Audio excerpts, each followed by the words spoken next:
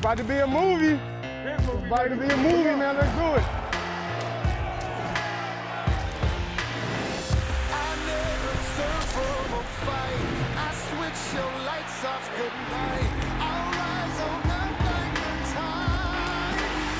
When I play the game, I play to win. If you got me down, I get up, I get up, I get up again. Hello, welcome to First Take. Happy Thursday. That's right, the NFL is back tonight. Shay Cornett, Dan Orlovsky, Ryan Clark, and Stephen A. is up early in Los Angeles with us today. Good morning, everybody. Let's get to it, shall we? Good morning, good football morning. tonight. How's everybody doing? Good morning, We're brother. great. We're good. We're good. We're great. Brownie, how are you? All right, let's go. Week 10 in the NFL underway tonight from Denver, where the Broncos will welcome the Raiders to town for an AFC West showdown. Denver has been one of the hottest teams lately. They're undefeated at home. They've won 6 straight games. The Broncos sit atop the AFC West, where the Raiders, who've dropped 2 in a row, sit at the bottom. So ESPN Analytics has Denver as a 46% favorites to win the division, with the Chiefs at a 28% and then the Chargers at 26%. The Broncos have not won a division title since 2015. Maybe you remember the man who was quarterback that year. That would have been Peyton Manning. Okay, but the reality of the situation is the Chiefs have won this division 9 consecutive years. If the season ended today, we've said this 100 times this week, the Chiefs would not be in the postseason. So are we ready to say this? Are we ready to say that this is the year the Chiefs are maybe dethroned as division champs, and we hand that over to the Broncos? What do you think, RC? Yes, it is. This is the year. When you look at the rest of this schedule as well, if you're the Denver Broncos, the games with the Kansas City Chiefs are extremely important, right? You have to split those games, but we also see the way that these two teams are playing. Listen, I've been as bullish on the Kansas City Chiefs this year as anyone when they started 0-2, when we saw them go to Jacksonville and lose. But after watching that game against the Buffalo Bills, you realize, one, they can't stop the run. What team in the AFC West runs the football the best? And that's the Denver Broncos. And then outside of playing the Kansas City Chiefs twice, you think about only the Packers left on their schedule, or a team that they could even have a situation where you think it's a 50-50 This is Denver's schedule? Denver's schedule, Okay. a 50-50 ball game for them. Now, the Kansas City Chiefs have the Broncos twice, they have the Chargers again, and they also have the Colts down the stretch. And so to me, I think with where they stand at 7-2, right, and 5-4, and the difficulty of the remaining schedule, the Denver Broncos are going to be the team that win the AFC West. Stephen A.? Go ahead, Dan. Go ahead, Dan. So I took the Chiefs, or excuse me, I took the Broncos in the preseason, and I still remain that way. I think the one thing that differentiates these teams right now is the Broncos absolutely get after the quarterback. They had 40 sacks. That leads the NFL. The other thing is this. Bo Nix doesn't get sacked. And so if we're looking at ways to just stylistically play ball, they only have 9 sacks given up this year. That's a 31 sack differential. It leads the NFL. We're in this world where explosive plays or whatnot, their defense doesn't give them up. They get after quarterbacks, which is going to matter when you're playing a Mahomes and an Allen and potentially Lamar, Daniel Jones, and then they protect their guy, which they're not the most dynamic or explosive offense, but it's the complementary style of football that they play, I could buy into. I'd also say this. Denver has found ways, a little bit like last year, to win the close games this year. Kansas City hasn't. And Patrick has talked about that even himself. And so for a team, Denver, that there might be some question marks still about, they find ways to win close games. They can create explosive plays on the offensive side. Their quarterback doesn't get sacked a lot. And they have a defense that hunts other teams' quarterbacks. That's a recipe to win divisions. Before you go, Stephen A., and, you know, because this is your show, Shay, so just trying to hip you to hosting this show, right? Okay, yeah. The one thing Dan gonna do is tell you when he was right. Okay. You see what I'm saying? So you see, he could have just said, I'm going to answer the question and say the Denver Broncos. Right. But he goes, I took the Denver Broncos at the beginning of the season. So, world, I was right. I'm still right by continuing We got to get our wins when we get our wins. We got to take our wins. For what it's worth, he doesn't only do that on this show. He does this on every show. So it's okay. I'm used to it now. I'm here for you, though, buddy. It's okay. I appreciate A couple of things. A couple of things. I know that I'm out west right now this week and what have you. I will be back next week, by the way. But I have to say this to RC, to the audience out there, before I get into my take. RC is telling a fib. Yes, you know, it's my show, but I'm a sharer. It's our show. I believe in the people. It's a brotherhood. And, you know, it's a family here and stuff like that. You understand? We got the new matriarch of the show, is Shay. We got my man Dan here looking decent in the suit for a change. We got RC, you understand what I'm saying? Looking like, you know, the tab it don't have on his pastoral look, but it is what it is. The point is, I am a sharer. It's about us. You got It's my not belt? about me. You got That's my number belt one. that you took Listen, from me? But He borrowed your belt? He stole my actually, belt. I got it in my closet. Yo, RC, he forgot his belt at Monday Night Football, so I kept it on purpose because I know that anything, he's so cheap that I know it's driving him crazy that I got his belt. So I got his belt. I'll give it back to him at my discretion. Okay, so I got it. But here's the deal, y'all. I mean, I agree with y'all, but I think it's important to mention this about Denver. It's by default, okay? We got to take into account that 43% of their points have been scored in the fourth quarter. This is a team that's outscored opponents 86-20 over the last several weeks in the fourth quarter. You're looking at them right now. You're saying to yourself, what's the problem with the first three quarters offensively, particularly with an offense stewarded by Sean Payton? You don't expect and anticipate those kind of problems. Nevertheless, they get to the quarterback. They got 12 more sacks than anybody in the National Football League. They will get at the quarterback. We know that. We know what Patrick Mahomes' Achilles heel has been in the biggest games, being able to get to him. And Denver clearly is a team that is capable of doing that. So you know that they could derail Kansas City to some degree. So I would answer this question, yes, for Denver in terms of winning the AFC West. No doubt about that. I still have my eyes on the playoffs and wondering whether or not that formula that they've ridden to success thus far is something that will show up when it really, really counts, because you can't struggle for three straight quarters when you've got the pieces that they've got. You can't struggle for three quarters and then think you're just going to show up in the fourth quarter repeatedly and get it done.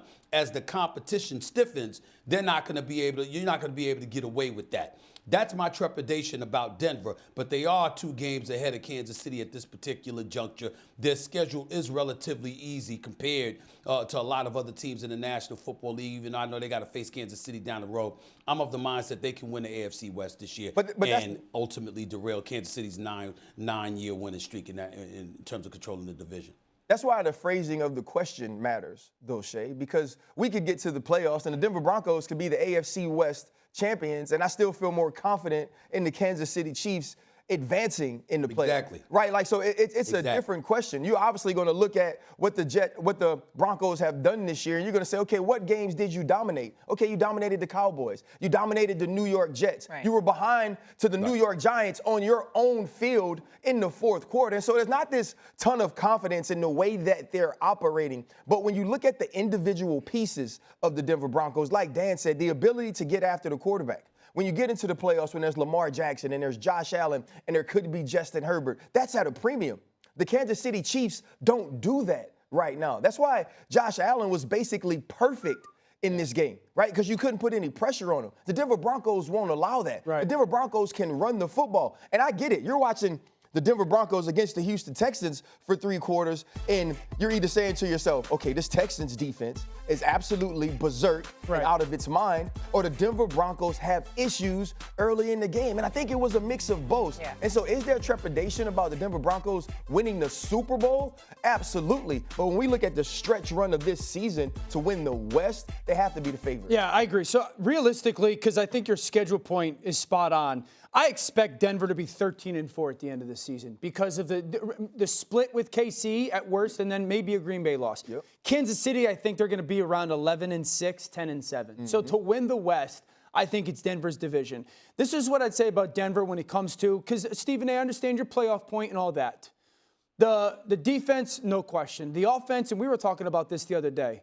Bo Nix is almost like watching a person get into a fist fight all the time. Yeah. He's on edge. It's 2nd and 8 in the first quarter, and it seems like he's ready to just get into this fight. But in the fourth quarter, he's calmer. Remember we had the conversation, and I compared him to Russell Westbrook. Yes. Right? Like it's like I'm always on 10. I'm always on go. Yeah, and so that's a good comparison. Winning the division, I don't think that'll become a question or a concern. But I do think as they get into the playoffs, that could show itself to be a potential hiccup. Now, it's weird because the blood pressure it seems to go down when it's winner, like kind of do or die moments in the fourth quarter, like high leverage moments. He's calmer in the fourth quarter As a than he is in the quarterback, how first. much is that you're thinking less, though, because now you just got to go Yeah, from your perspective? no choice, right? I have to go play, and he seems a little bit more of a recess-style quarterback than a structure style. Go ahead, Samir. And I know we're touching on the same point here, but I just want to throw out some numbers. First 3 quarters for Bo Nix.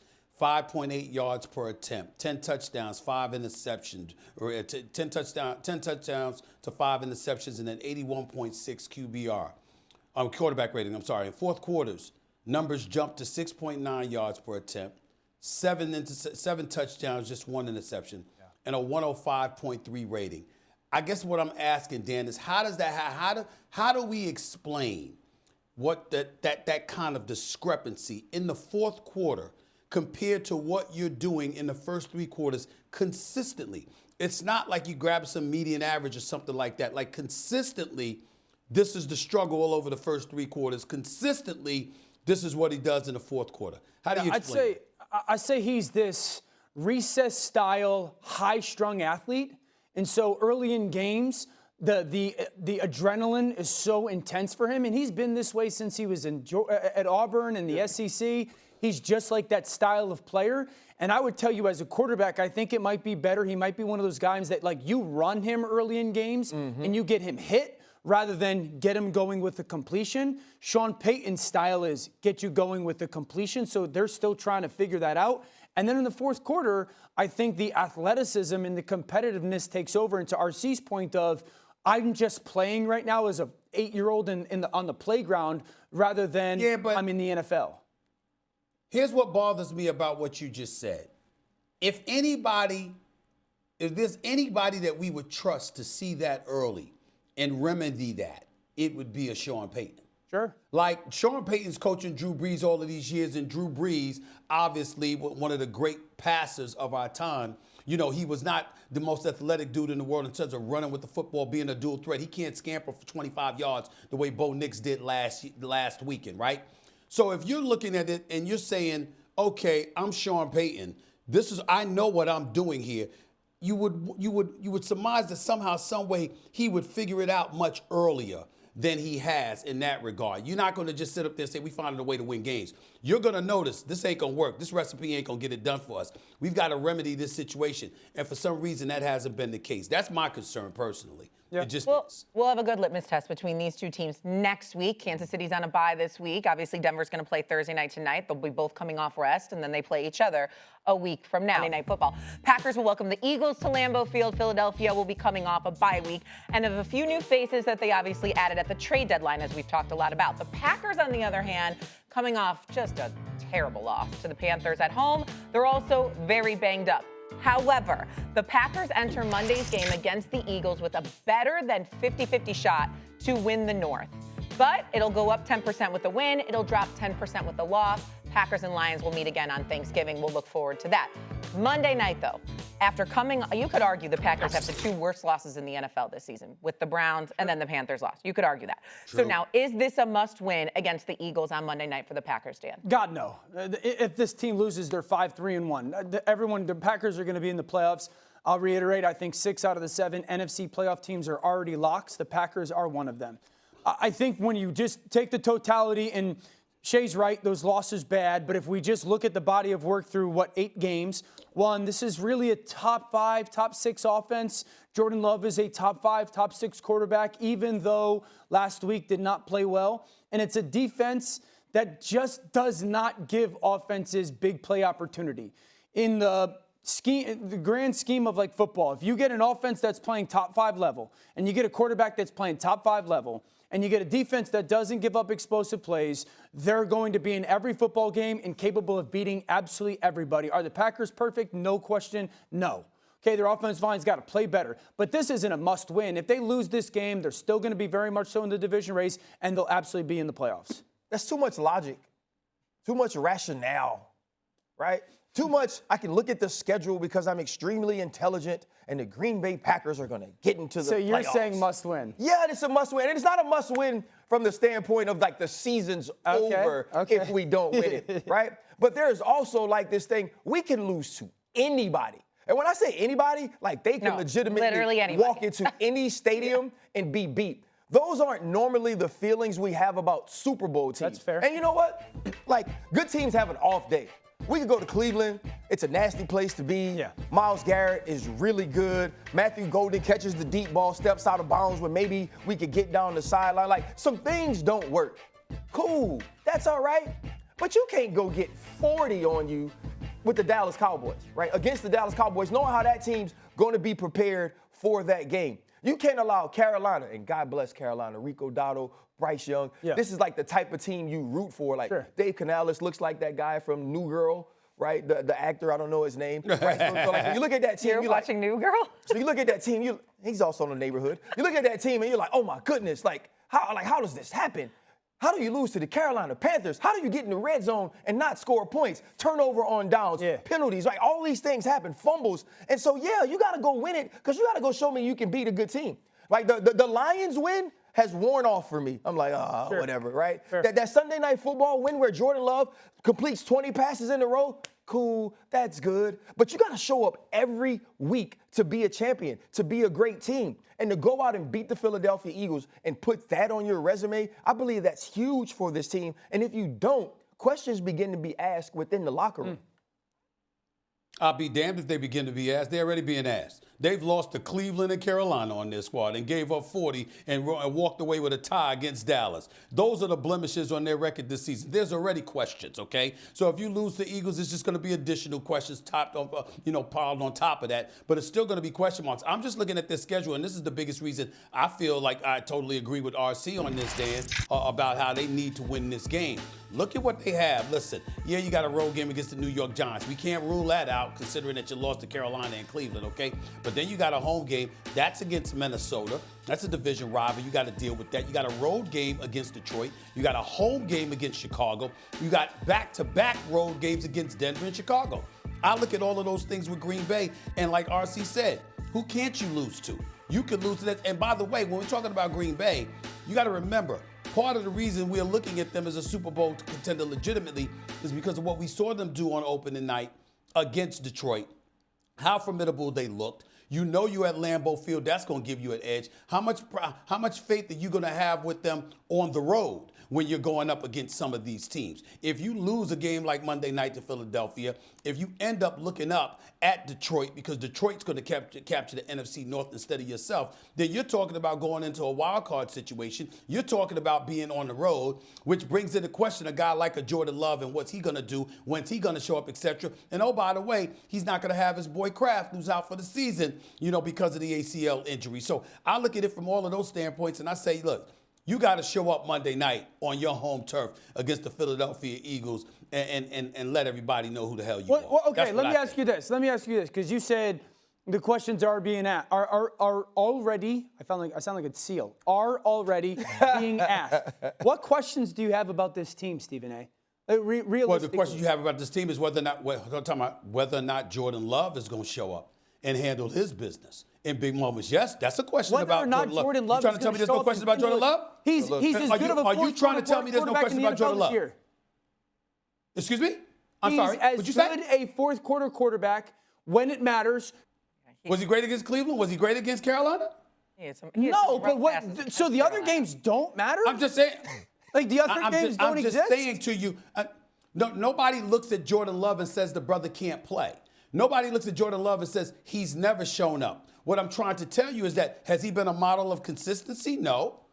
You know that. That's okay, not nobody's surprised by that. I think here's the question, right? It's not, and Jordan Love to me has had an amazing season, right? He's been phenomenal. Sure. You even go back to that last game, he finds a way to get them in the end zone late after struggling the entire day. So I don't have those sort of will Jordan Love show up questions. I have the questions of, will this team find ways to win in the most important moments, in the most important games? Because we've seen, whether it's San Francisco in the divisional playoff round 2 years ago, we saw in Philadelphia last year, right? They find ways against the best teams to make the mistake in the important moment, right? And so we want to see, me personally, I want to see the dominance of the Cleveland Browns like we feel the good teams should do. I want to see the dominance of the Carolina Panthers like we've seen good football teams do. This isn't, to me, an individual player question, right? This is a total team execution question. I agree with that. I believe maturity. It's a super young team. Yeah. The maturity for the whole group has got to go up. Stephen A, you What's go, wrong with your face? And you also say, like, they can get beat by anybody. Because y'all bother They me, can man. beat Y'all anyone as well. bother me sometimes with that, man. What, the y'all truth? really do. Y'all really do. Y'all act like listen. I watched y'all sit up here last year. Watch y'all sit up here, especially you, Dan, more so than RC. I watch you sit up here and rave about Jordan Love. I got love for love. You even came up with that line one time, stealing it from me. I mean, you got love for love. That's what you said. You said it on national television. I'll get the bite, okay? I'll get the sound bite, all right? And then the brothers rolled up in the playoffs against Philadelphia, you know what I'm saying? And stunk up the joint and threw 3 interceptions. You know what? You're like, hey, man, it wasn't a great day for him. This is what you do. That. And so I then I just bring said it. And those then hold things. on, listen, hold on. I said Dan Orlovsky, Okay. RC. I'm sorry. The point that I'm trying to make is, Okay, cool. It's is on that him. I'm sitting there and I bring that stuff up, and then he's looking at me like I'm making some stuff up. I mean, there's footage everywhere you're doing it, okay? You've raved about him, and then he showed up, and it didn't show out the way you anticipated, and you point that out too. That's all I'm doing. We're not indicting the dude and saying the brother can't play. We're saying which one's going to show up. Which one's going to show up? And that is the question about Jordan Love. And by the way, we know how important the quarterback position is. Steve says we we have know to that go. the defense can show up and the quarterback might not. They can ruin everything. Now, not this Steve, the other Steve. Listen, as a Bears fan, I love to sit here and just say that I'm the gonna get you Packers are back on that probably one. not going to be very good. But nonetheless, we know that the Packers, especially Jordan Love, in the second half of the season, does seem to switch on a little bit of a light. They're also the third best team in the NFL coming off a loss. We're going to leave that there.